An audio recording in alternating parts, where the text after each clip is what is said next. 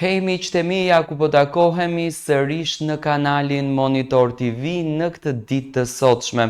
Në fakt shpresoj që keni kaluar një mëngjes të bukur, një ditë me energji pozitive, një ditë fantastike, edhe pse temperaturat janë shumë të larta, ne mundohemi që në fakt t'ju sjellim freskin e lajmeve më të fundit të artistëve shqiptarë. Është një lloj freskie kur informohesh me gjëra të reja si çka ka ndodhur, me energji të bukur pozitive, me dashuri të bukur, është një lloj freskie në fakt shpirtërore që të jep energjinë për të kuptuar gjëra më shumë.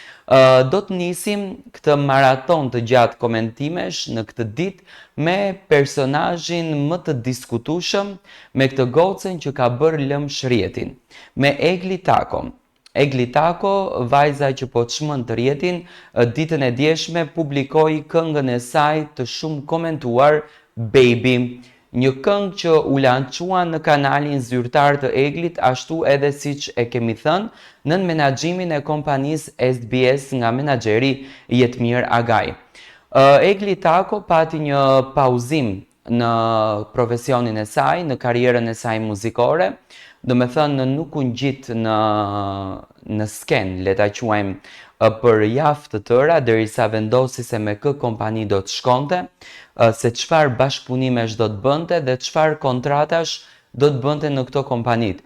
Unë shpresoj që ky rrugtimi të jetë me këmbën e mbar, edhe të jetë afat gjatë për Eglin dhe të jetë me një feedback të mirë që ajo të jetë e lumtur dhe e gëzuar nga puna që po bën, sepse gjithmonë ne jemi të kënaqur nga ajo që ne bëjmë, që ne e duam në fakt edhe e bëjmë. Në fund të ditës, muzika është art, media është art më vete, edhe po që se nuk e ke shpirtërore, po që se nuk e ndjen, nuk e bën dot. Do të nisim pak të komentojmë projektin e fundit. Unë e di që të gjithë ju keni pritur analizën time, më kanë shkruajtur shumë duke më pyetur se si mu duk kënga e Eglit, kanë dhënë dhe ato mendimet e tyre, në fakt kam dëgjuar shumë mendime. Unë analizën e kësaj kënge, deri diku, e kam bërë që nga promoja, do me thënë jam natyrë, jam gazetar që i analizoj gjërat me detaje, ulem, i analizoj, i mendoj, mundohem të kuptoj se çfarë personazhi në fjalë, ku në këtë rast është Egli, çfarë ka dashur të thot me këtë këngë, dhe sidomos artistët mundohen që të jenë brenda natyrës së tyre. Dhe pikërisht Egli në këtë këngën që ka sjellur, Baby, një këngë që ka shumë emocion fëmijëror, dashurie, do me thënë ka një shpirt tepër rinor brenda në këngë, sepse janë këto dashuri çkat e para, momentet e para në dashuri, këto muajt e parë, kur shkëmbimi mesazheve është baby, zemër, dritë, jetë, xhan, do të thënë janë këto ëmbëlsitë e para të dashurisë, ku barku fillon automatikisht të krijon ato fluskrat e para që njeriu fillon dhe mendon për personin në jetë, krijon një iluzion për të, një imagjinat, një botë, një fantazi, dhe ajo e tëra do të thonë shndrohet në dashuri. Kënga ishte nga fillimi deri në fund ishte një dashuri. Tani janë dy këngë që Egli ka sjell, në fakt janë 4 këngë që Egli ka sjell, duke vënë këtu edhe këngët me Fifin, por ato këngë janë krejtësisht botë tjetër, janë krejtësisht natyrë tjetër. Por do të bazohemi mes dy këngëve që kanë ngjashmëri. Do me thënë kënga Baby dhe kënga Jetë nga Egli Tako janë që të dyja balada. Janë që të dyja këngë me të njëjtën tematik, por te kënga Jetë kishte më shumë seriozitet. Kishte më shumë punë, kishte më shumë dramë të ndërtuar brenda. Kishte më shumë film, kishte më shumë imagjinatë të përdorur, për një artistë shumë e rëndësishme. Imagjinata ishte tepër e përdorur te kënga Jetë. Do me thënë, ishte punuar me shumë skenar të detajuar. Ndërsa kënga Baby, do me thënë, kishte një thyerje. Do të themi tani, si punë orkestrimi, aranzhmani, muzika, ishte krejtësisht në natyrën e Eglit, dhe për këtë gjë më pëlqen Egli që nuk del nga natyra e saj, për të bërë për shembull një këngë që nuk është e natyrës së saj, nuk është në ngjyrën vokalistike, nuk është në vokalin e Eglit, nuk është në shpirtin e Eglit, domethënë si këngë nuk flen tek Egli dhe Egli nuk del nga kjo gjë, domethënë ishte Egli, ishte vetja e saj. Eglin gjithmonë jemi mësuar ta njohim në këtë drejtimin.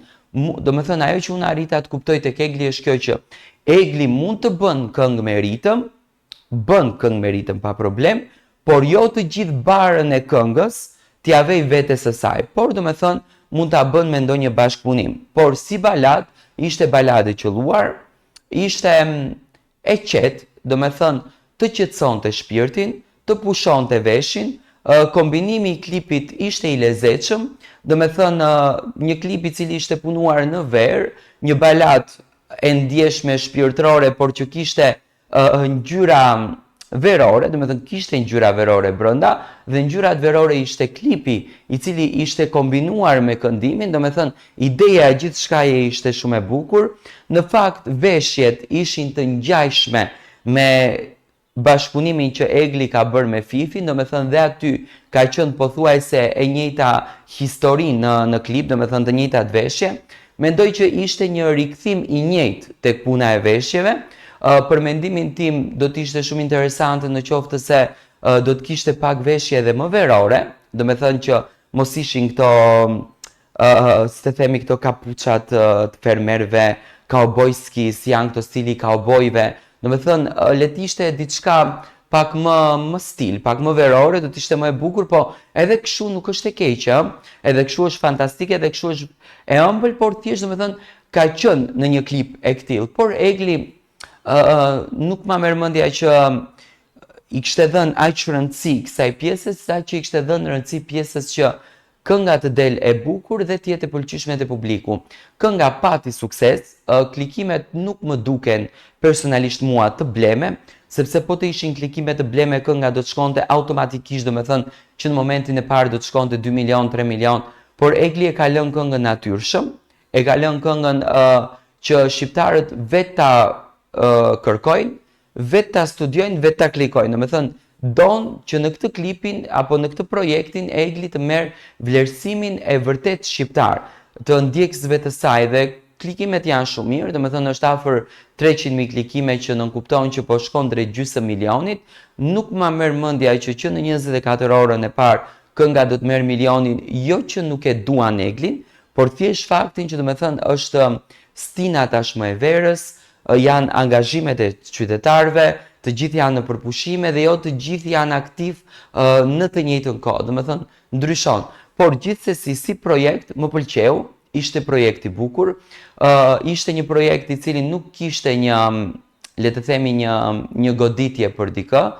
Shumë e kanë marrë që Egli ja thot këtë fjalë gjestit se është ndar, nuk ishte ajo. Ishte një tekst i bazuar në një dashuri, në natyrën e një djalit i cili është shumë i ëmbël dhe shumë i dashur, domethënë ishte tekst dashurie. Nuk kishte të bën fare me gjestin, me natyrën e gjestit apo me jetën e tij. Kjo është kënga Baby, kjo është një këngë e cila Egli shumë shpejt domethënë presim që të sjellën dhe bashkëpunimet e tjera. Për mendimin tim ishte projekt tepër i qelluar, ishte projekt shumë i dashur. Mua më pëlqeu me thënë drejtën, është një projekt që të qetëson shpirtin, qetëson veshin. Tani do shohim se çfarë do sjellën Egli me Lumi B dhe me Getuar Selimi, pastaj ka dhe me Lumi B. Domethënë Egli nuk e ka cilësuar se cila këngë do të vijë para, do të vijë kjo me Lumin apo do të vijë me Lumi B dhe me Getuar Selimin, këto nuk i ka thënë.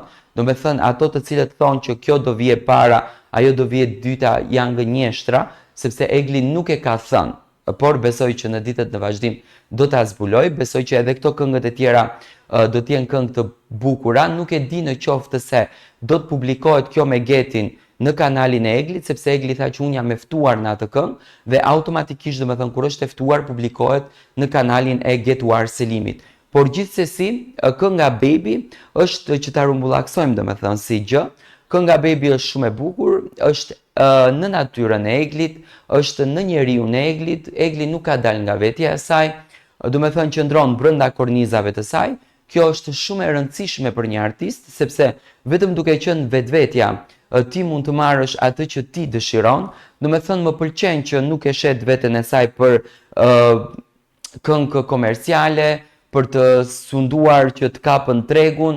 Egli në këtë formë ka kapur tregun, publiku kështu e do dhe nuk ka lidhje, dhe në për koncerte Egli me baladat e saj mund të krijojë një atmosferë shumë të bukur ku të gjithë mund të ndezin qirin të dashurisë apo ato dritat e telefonëve dhe të shijojnë momentet më të bukura. Ka shumë artistë, që për shembull është Adele, një artiste e njohur me famë botërore që asnjëherë, do me thënë, nuk ka ardhur te publiku me këngë të çmendur aritmike, por me këngët e saj të lehta, baladat, Adele, do me thënë, ka mbushur stadionet me 50.000, 100.000, 200.000 deri në 1 milion shikues që kanë shkuar të këndojnë hitet e saj. Kupton, le të mos bazohemi te kënga me ritëm që Egli nuk mund të ketë koncerte në asnjë mënyrë.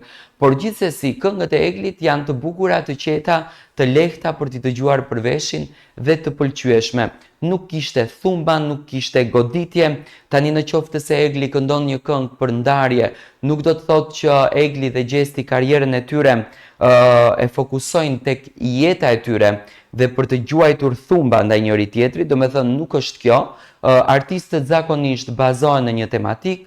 Tani këngët nuk do të thotë që artistët të gjitha këngët i shkruajnë vetë, tekst shkruesi për të bërë një këngë me patjetër që do duhet frymëzohet në një histori të dëgjuar, të përjetuar, të jetuar, qoftë edhe në një histori të vetën personale që ta ndërton një tematik, por normalisht që në projekte të këtilla për të arritur që projekti të jetë i suksesshëm, të kapën milion klikime, do me thënë ka shumë duar të cilët apo shumë mendje, të cilat japin mendimet e tyre apo me stilolapsin shkruajnë një fjalë për të ndërtuar një tekst shumë të bukur, i cili më pas merr konotacione të ndryshme, sepse në baladat e dashurisë çuditërisht të gjithë e gjejnë veten, sepse nuk ka njeri i cili nuk ka vuajtur për një dashuri, apo nuk e ka një zemër të thyer, apo nuk e ka një dashuri të paarritshme, apo nuk synon për të arritur një vajzë të cilën ai pretendon në fakt që ta arrijë.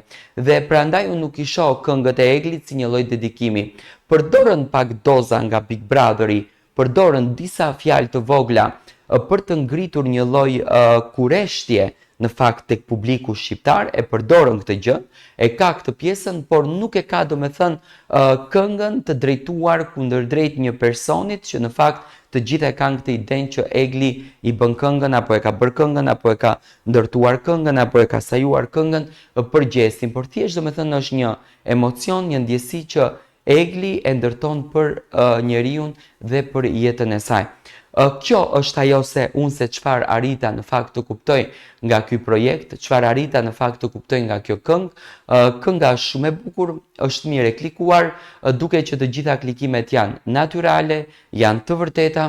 Tani thjesht ne do të presim në ditët në vazhdim se çfarë do të sjell Egli Tako për të gjithë publikun shqiptar me projekte të cilat Egli i ka gati për t'i sjellë te publiku, dhe me shpresën më të madhe që të presim atë surprizën e madhe që Egli e tha në kanape, këngën me Gjestin.